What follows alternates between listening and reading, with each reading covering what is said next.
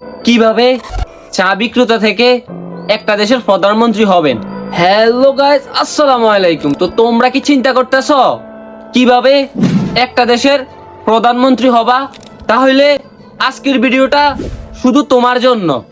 তাই ফুল ভিডিওটা না টেনে দেখতে থাকো, তাহলে বুঝতে পারবা। তাহলে সবার প্রথমে তোমার একটু জ্ঞান দরকার হবে। এখন তুমি আমাকে বলতে পারো, ভাই ও যদি চা বেচে প্রধানমন্ত্রী হতে পারে, তাহলে ভাই আমি কেন পারবো না?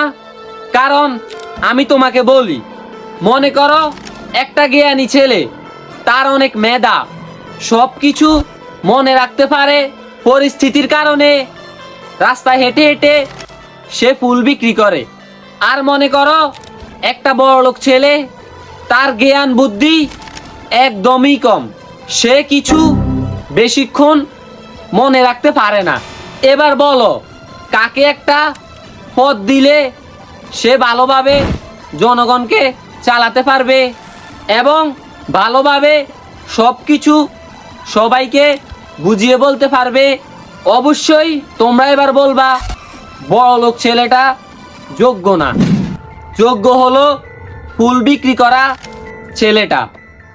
কিন্তু আমি বলবো না, সে হবে না, হবে শুধু বড়লোক ছেলেটা।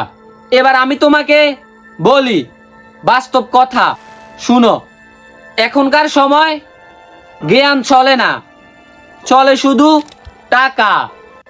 কারণ টাকা আছে যার বেশি, সে এখন এমপি মন্ত্রী হতে পারে। এখন আর জ্ঞান লাগে না, এখন এলাকার রিক্সাওয়ালাও একজন নেতা, যাকে কখনো স্কুলের পিছনে দেখাও যায়নি। এবার আমি ওই মুদির কথা বলি, মন দিয়ে শুনো। ও কিভাবে চা বেচে প্রধানমন্ত্রী হয়েছে। ওই মুদির জন্ম আমরা ইন্টারনেটে যা পাইছি তাই বলতাছি।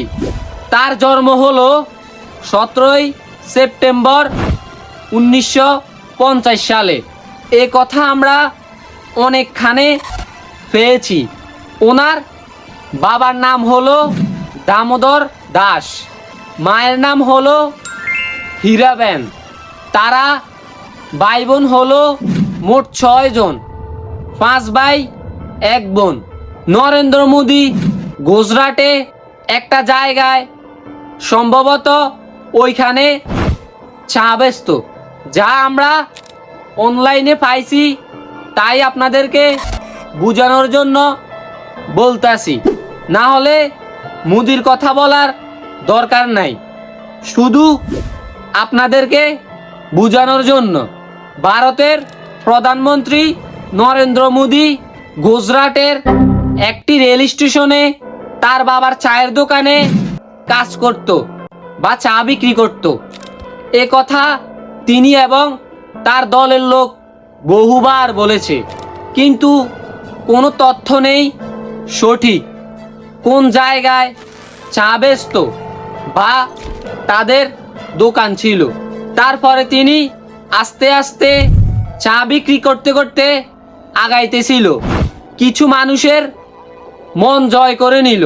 আর তার ফুল হিস্টোরি বলতে গেলে অনেক সময় লাগবে, তাই শর্টকাটে বুঝিয়ে বলছি, আপনারা বুঝে নেবেন। তারপরে সে উপরের দিকে যাওয়া শুরু করলো আস্তে আস্তে।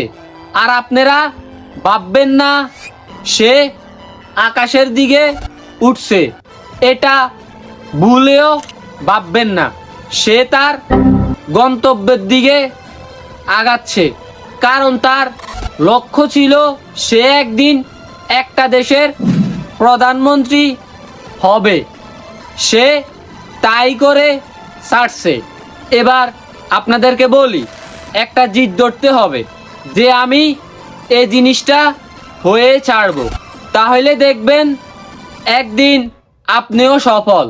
একটা কথা আছে, আমাদের মুরব্বীরা বলতো, মেয়ে জিদ ধরলে হয় বেশ্যা, আর ছেলে জিদ ধরলে হয় বাদশা। এ কথাটা সব সময় মাথায় রাখবা, তাহলে জীবনে সফল হতে পারবা। তো তারপরে নরেন্দ্র মোদী প্রথম জীবনের রাষ্ট্রই সমবায়ং সেবক সঙ্গে কাজে যুক্ত হয়ে ছিলেন।